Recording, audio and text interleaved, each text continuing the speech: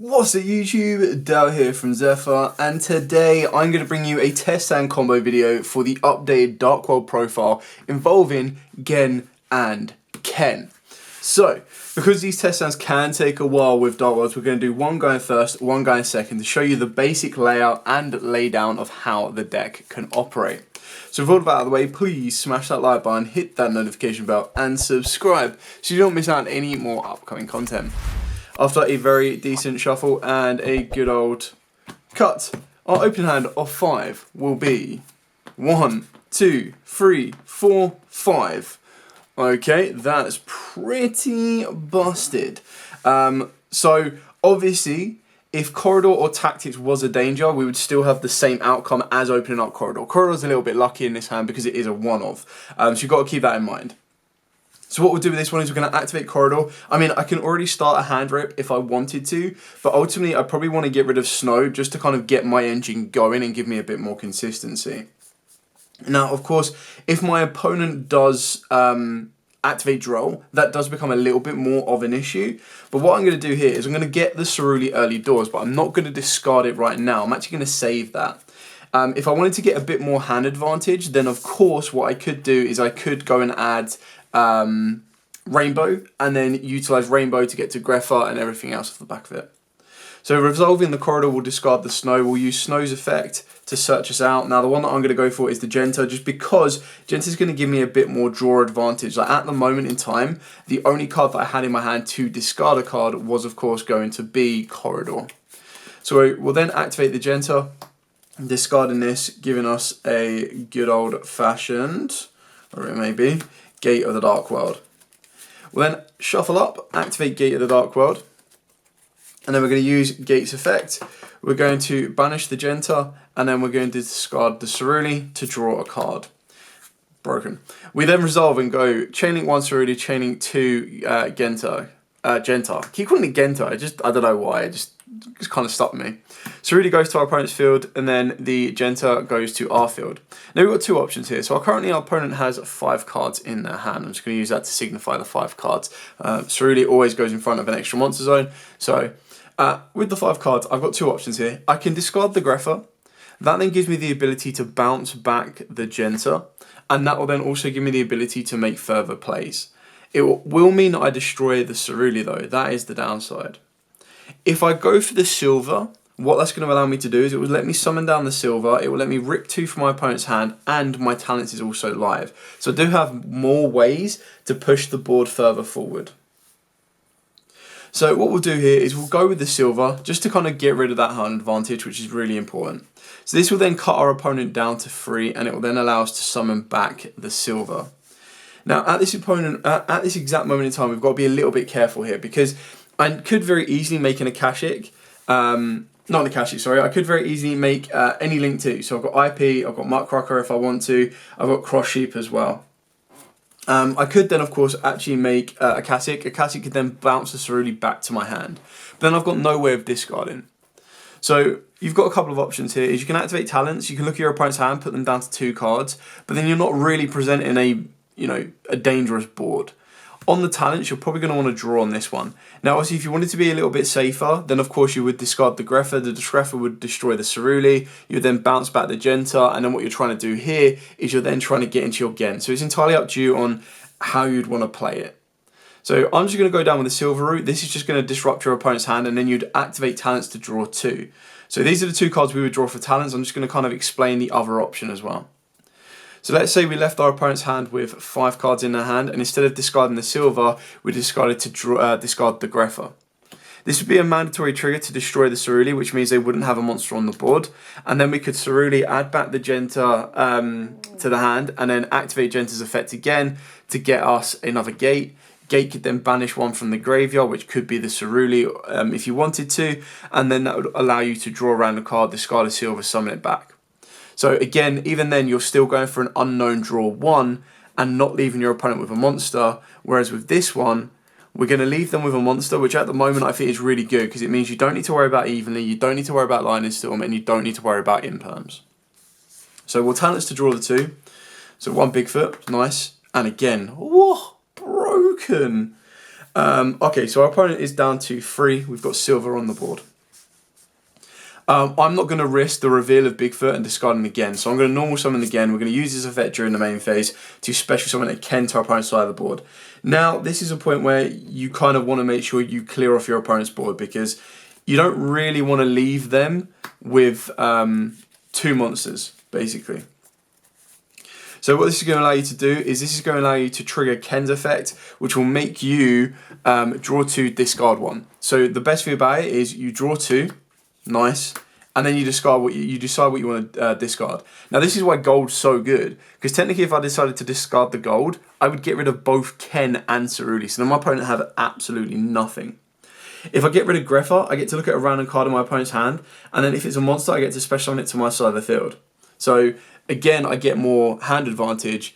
Obviously, if you do hit a monster and they've only got 3 cards left in their hand, then you're putting them down to 2, which you'll be able to successfully do by looping the silver back as well. So you've got so many different options. You could ditch the snow, and in doing so, you get to target a monster in your opponent's graveyard if they've got one. So at this moment in time, it's very unlikely that they're going to have one. So your best options will be gold to clear the board or Greffa. I'm going to go for Greffa because this will allow me to successfully complete a bit more of a board control. So in doing so, I'm actually going to destroy the Ken because I want to bounce the Cerulli back to my hand.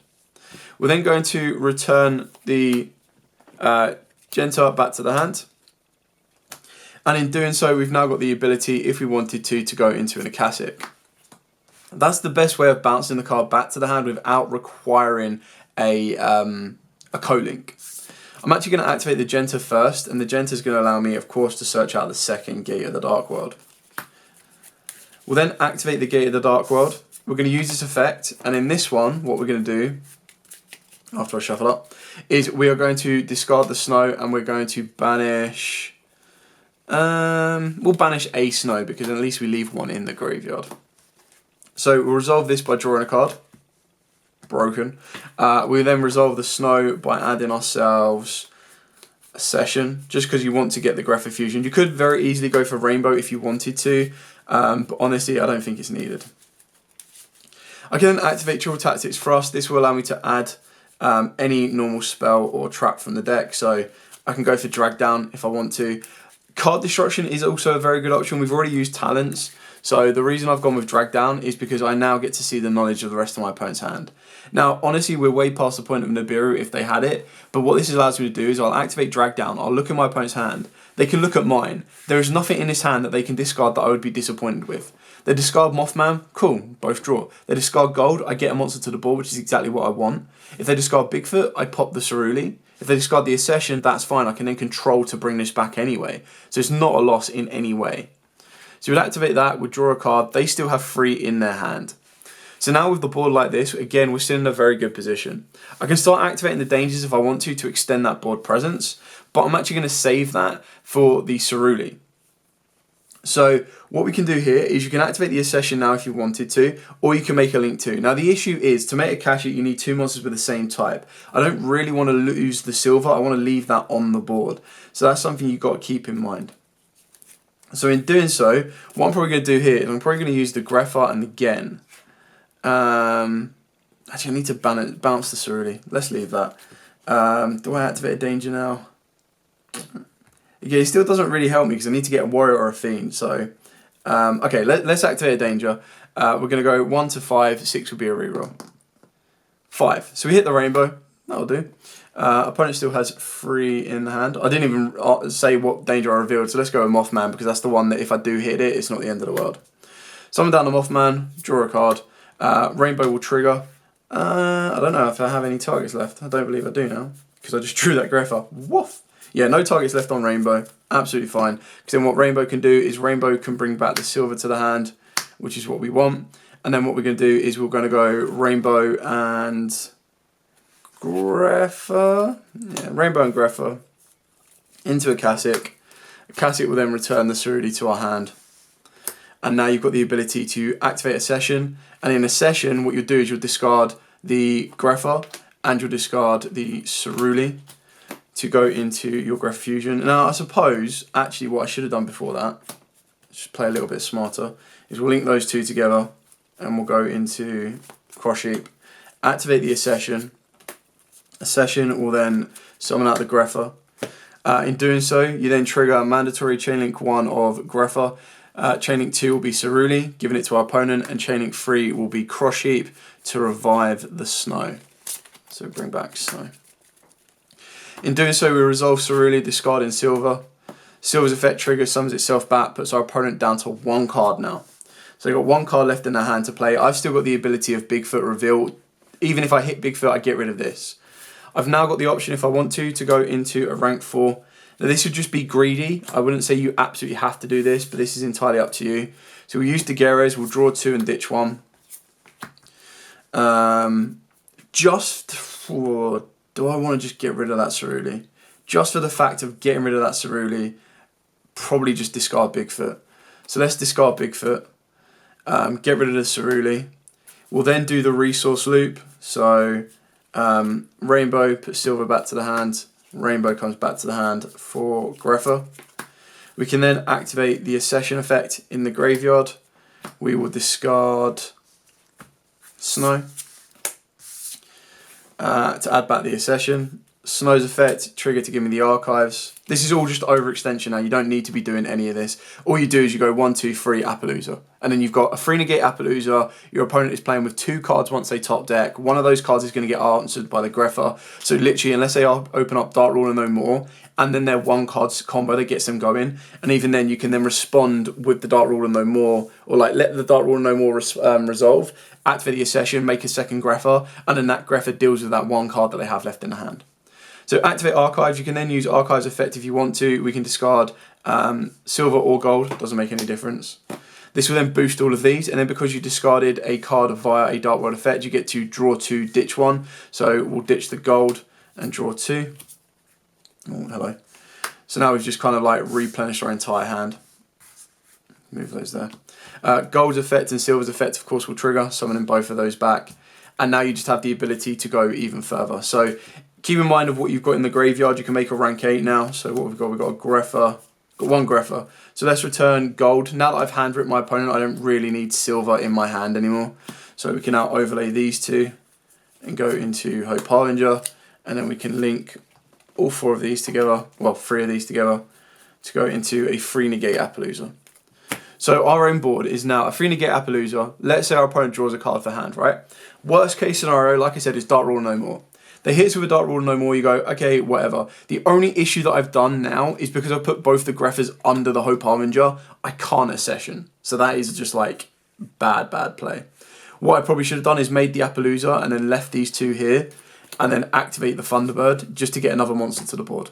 And try not to overlay both of these. But even then, if you that's only if you're worried about a Dark Ruler no more. Like technically, I shouldn't need to fear that. Like I can't think of the worst cards I could possibly open up that I can't respond to.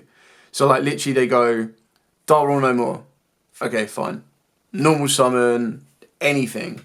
And you go, right, okay, now I'm in trouble. But honestly, unless they've opened up those 2 very specific cards, the first one is a spell, gets met with that. If it's a monster, it gets met with that.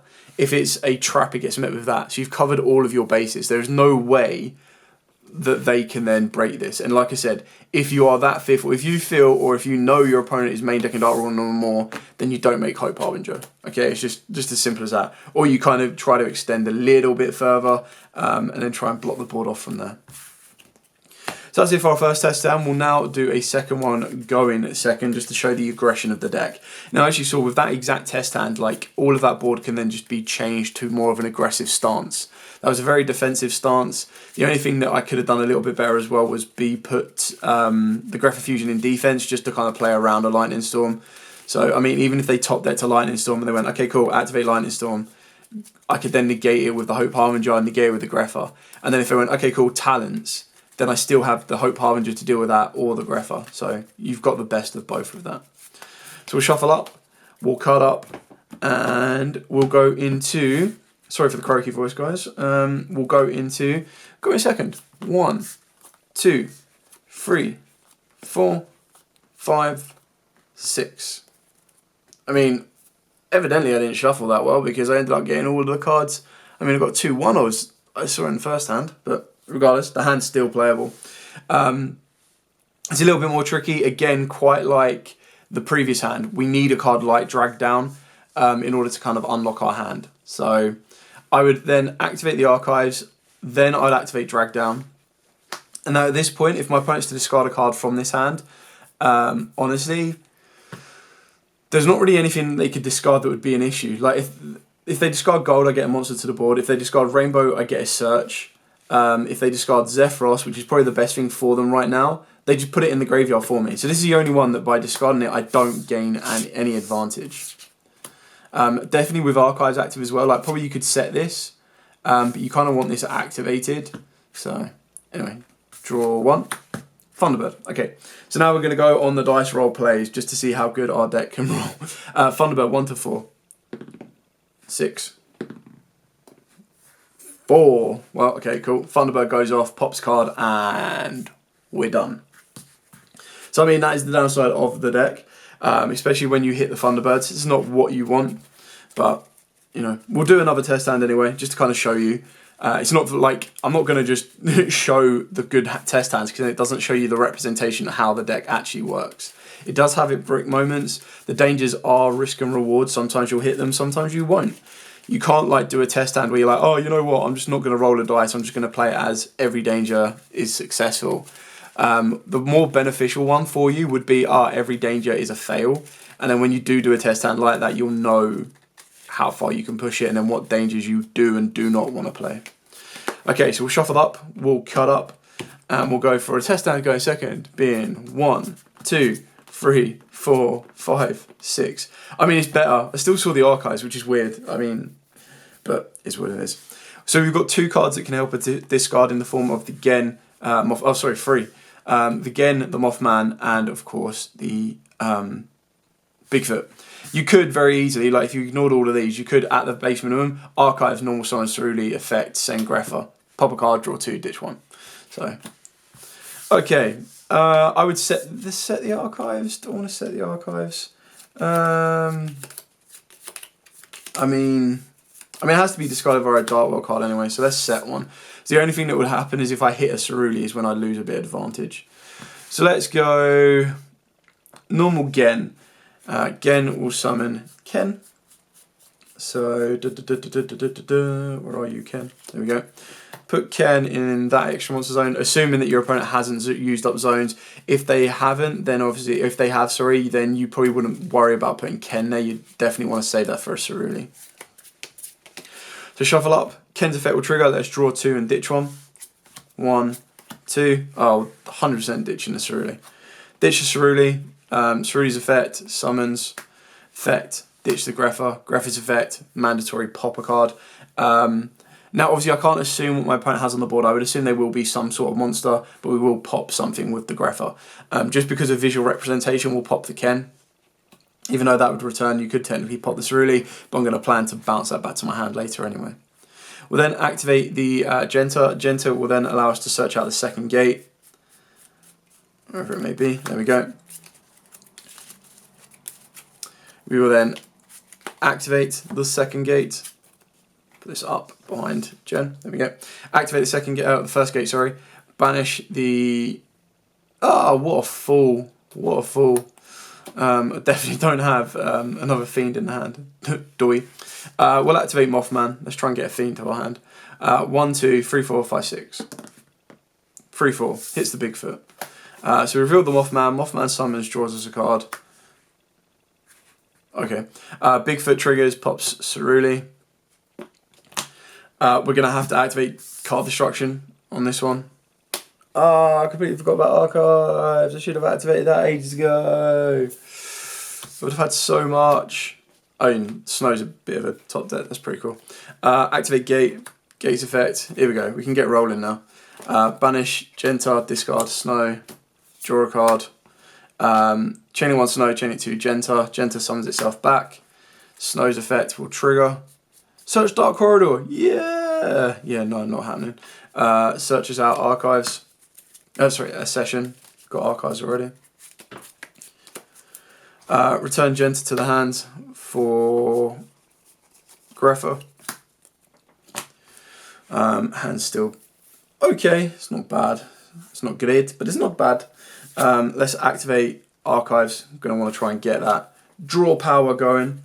Let's use Gen and Grepher to make Crush Heap. Let's see what else we've got. So we've got Salamander can hit the board. Got Cerulean, okay. Let's activate a session. Let's discard Genta and banish Grepher. This will then allow us to summon out Grepher Fusion. You can go Chain Link 1, Crush Heap, Chain Link 2, a session. Session lets you ditch and draw. Nice. Crush Heap will then revive at level 4 from the graveyard, so we'll bring back Snow. We can then overlay both of these. We can go into Daguerreo's, use Daguerreo's effect, detach 2, draw 2, ditch 1. Okay, well, I mean, both of those are pretty useless to us right now. Okay, so then we'll reveal Jackalope, so we're 1, 2, 3, 4, 5, 6. 3, 4, hit silver, nice. Jackalope summons, draws off a Jackalope, silver's effect summons, cool. We've got Talents is 100% live because they've used Ken and Cerulean and whatever else they've had on the board. So I can Talents to steal one of their monsters, which is probably something more logical of what I'd do now. As long as I keep a card in the hand for my Grepher, you're in a good position. I think the only thing I'm missing is access to rainbows. Rainbows and Greffers. A little bit annoying, but is what it is. So we can now upgrade if we want to. We can go into more aggressive cards. Heck, I'm just going to draw through my deck because why not? So 1, 2, 3, 4. I mean, like I said, I can Talent steal one of my opponent's monsters and then go from there. But I'll show you, I'll tell you what, I'll show you the Zelantis combo in this one. So draw 4, put 3 back. The best thing is I can actually trigger Ken into Gen, which is slightly funny. Put 3 back, so 1, 2,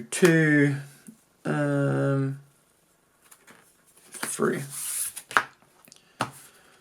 Let's go Talents and Steal. We'll steal one of my opponent's monsters. Nah, let's not steal. Let's draw. Because I'm going to show you the Mark Cracker combo anyway, it doesn't matter. Activate Corridor. Corridor will add, and we'll add. Let's add Rainbow. Discard a card, discarding Rainbow. Rainbow's effect gives me Grepher. Let's drag down the current opponent's hand. They'll rip one from our hand. I think the one that gives the least advantage is discarding the Grepher. Draw a card. Grepher's effect, pop a card. Wow, I've got the Ken again as well. So we can special Cerulean. Cerulean summons down Ken. Ken will give them Gen. Gen will make them discard a card. So now I just need to get into Muckracker, which is relatively easy because we're going to activate. I haven't used the Sessions Graveyard effect. I don't believe, anyway. I might have confused myself with the last turn if I have. So then this would discard on this one. If I had already used a Session, I could still make the play because you just reveal Nessie, and if you hit Nessie anyway, you just add, and then the card you add, you can keep going for it off the back of as well. But the idea is here is what you want to do is you want to put these two together. You go into Muckracker. You would then turn Cerulean into Zelantis. Put it there if you want to. It doesn't make any difference. And then what you do is you activate Muckracker's effect, discard a card, and then this will allow you to bring one back from the graveyard. So we'll bring back, doesn't really matter, Snow. You return Snow to the hand for doesn't make much of a difference actually. Doesn't make any difference at all. You can leave that on the board. Then you'll activate Zelantis effect. So Zelantis effect, because you're now Fiend Lock, will banish the entire board, and then you can only bring back Fiends. So as long as your opponent doesn't have any Fiends, you can't bring any of them back. So you then bring back your Snow that you summon back off the Muckracker, plus Muckracker, and your Grepher Dragon. Then what you'll do is you then return Snow to the hand for Rainbow. if you need that attack on the board. I don't think we do, because I mean, what would be 33, 35? Keep in mind, we're definitely going direct on this. So 33, 35 is 6, 8, and then 7, 3. 6, 8, 7, 3. So you're 9, 1 here. If you did return that to, sorry, 9, 1, 7, 3.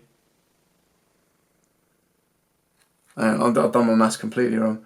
35, 6, so 6, 8, sorry, 6, 8, you're 8, 1 in damage. If you return the rainbow for the Grepher, you will not have enough damage. You'd be 300, like 200 shy. So you can just leave it at rainbow.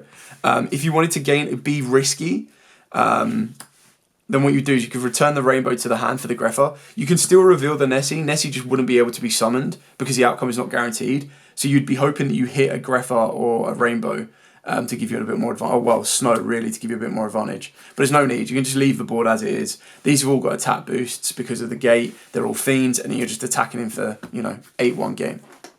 And that's pretty much it. So, like I said, these test hands can go...